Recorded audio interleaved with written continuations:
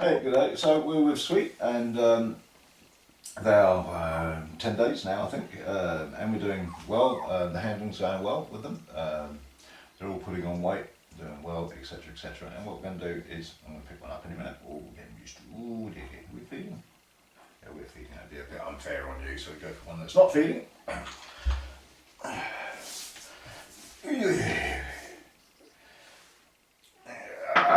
I have to move. I'm getting too old for this. Absolutely stiff and sore.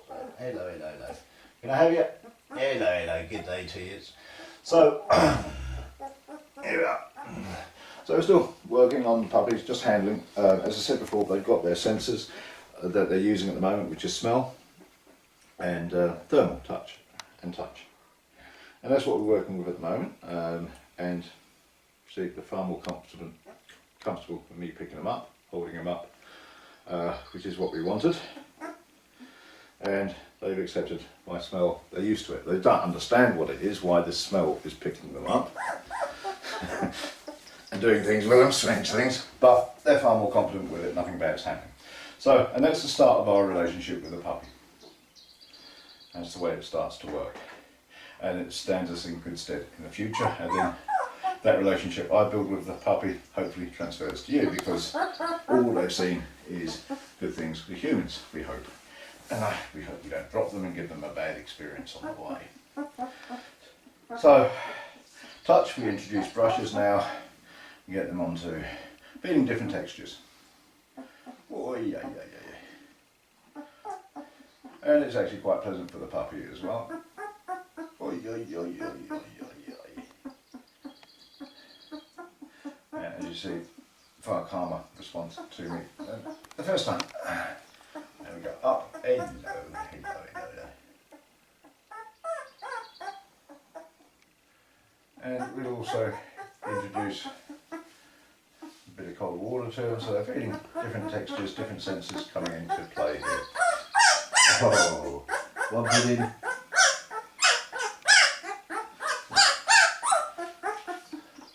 And back on, we're nice and calm again. And this is the response that we're having when we're putting it back to Sweet. They're a lot calmer, which is what we want and want to be working with. Oh, yeah, yeah, yeah, yeah. Now we know what's happening, really.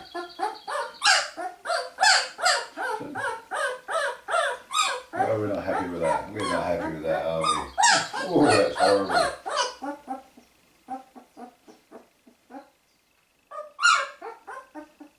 So, just what we're working with, and get them used to it, and stressing the puppy a little bit.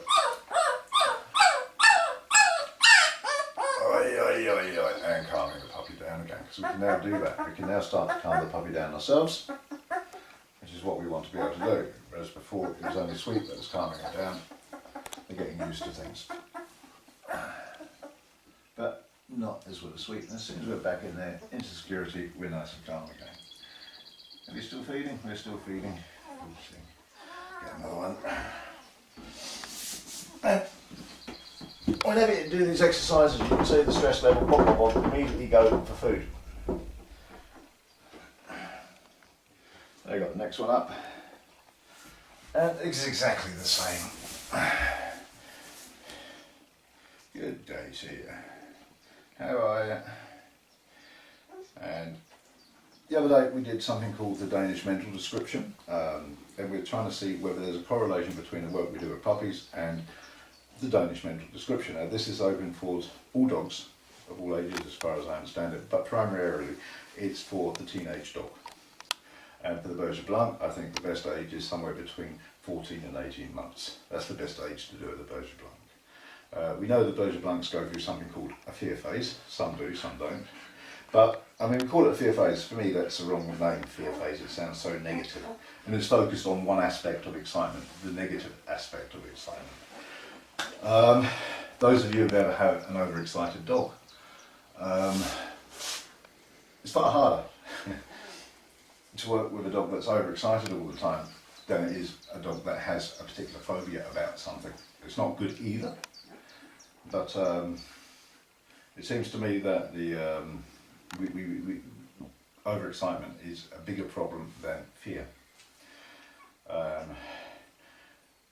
And And when we actually look at breeds that have been banned over the years, it's not breeds that have been banned because they're indecisive, they're a little bit reserved or whatever. It's breeds that go from 0 to 60 and are overexcited and you can't control. So that's a far bigger problem, overexcitement, than fear. Fear is annoying, but generally it's about one thing. Maybe they don't like the car, maybe they don't like people, but you can cope with it and you can train it out eventually. Overexcitement is, whoosh, there we go, into the water. That's a funny thing. Ooh, what was that? Overexcitement is, you know, you open the door, there's a dog, knocks you on the floor, boom, it's excited, you go to the kitchen to put on the kettle or something, there's the dog following you around, jumping on top of the worktops or whatever, and then you want to go outside. Everything excites the dog. Everything you do is watching you, poof, what are we doing, what are we doing? So it's not one particular thing, it's everything, overexcitement. So what we try and do is get balance. That's what we're aiming for. We don't want to go to the left, which is fear. We don't want to go too far to the right, which is overexcitement. Dogs are capable of going either way. But when we hit a certain point, we lose contact with the dog when it goes overexcited. When it goes to fear and gets too scared, we lose contact with the dog. We saw with Lola, when she was doing her hunting and everything else, she gets overexcited. Very difficult to communicate with the dog. That's overexcitement. But we also see with Lola, the work we've done with Lola at that test, how we cope with that. And that is very simple. It was just through one command, in, call her back. That's it. That's the only thing we've worked with Lola on, is just that simple command. 5 months ago, she was up on 2 legs trying to get away to chase deer. Now we've got a reasonably calm dog, and that's going to, I think, reflect in the show ring and everything else now. We've basically got our balance right now.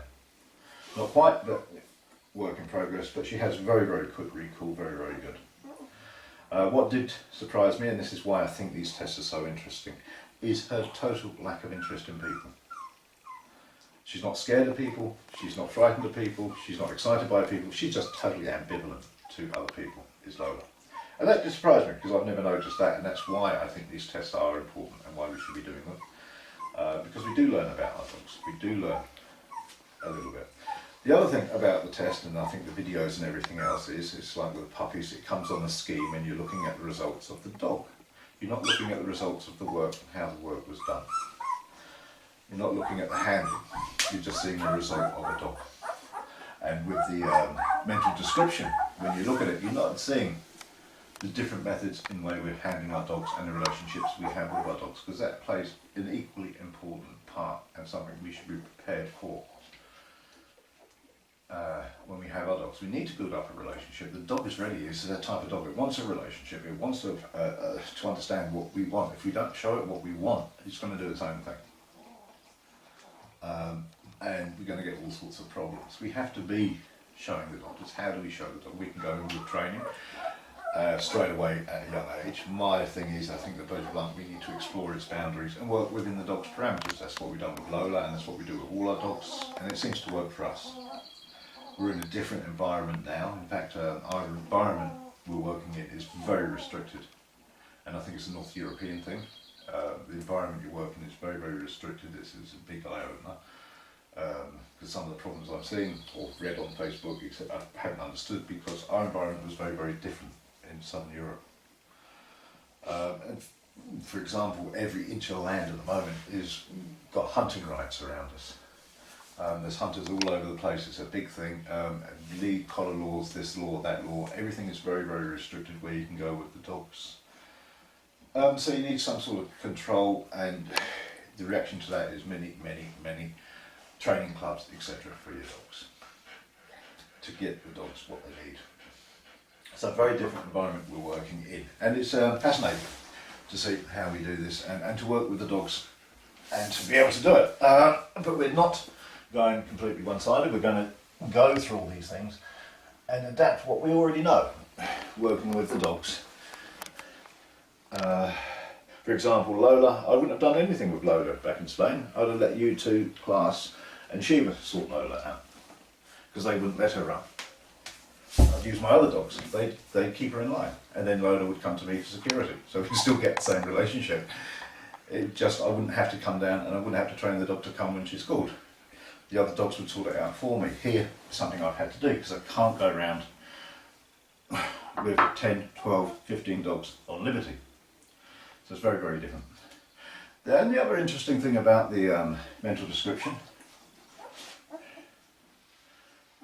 was when it comes to sound. Then it ties in with what we're doing with the puppies this time around.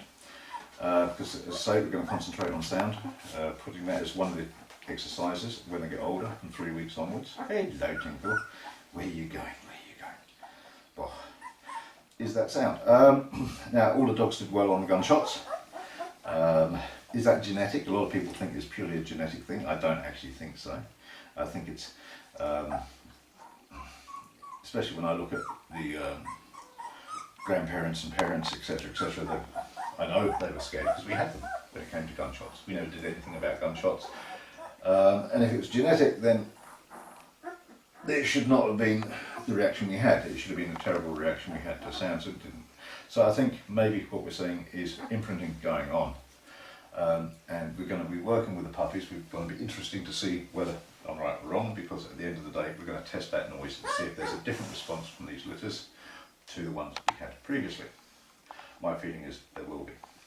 And then it's a very, very simple exercises. It's something you do once a week to start with when it comes to sound, then once a month, then once every 6 months. And you will never have a problem with sounds, gunshots, fireworks, etc., etc. So that's why we work with the puppies. It's something we can see whether it actually works or not, because we can now prove it. We've got the puppy test, we've got the mental description, and we're going to have your own experiences on it as well. So that's basically the end of the video, and we continue doing what we're doing.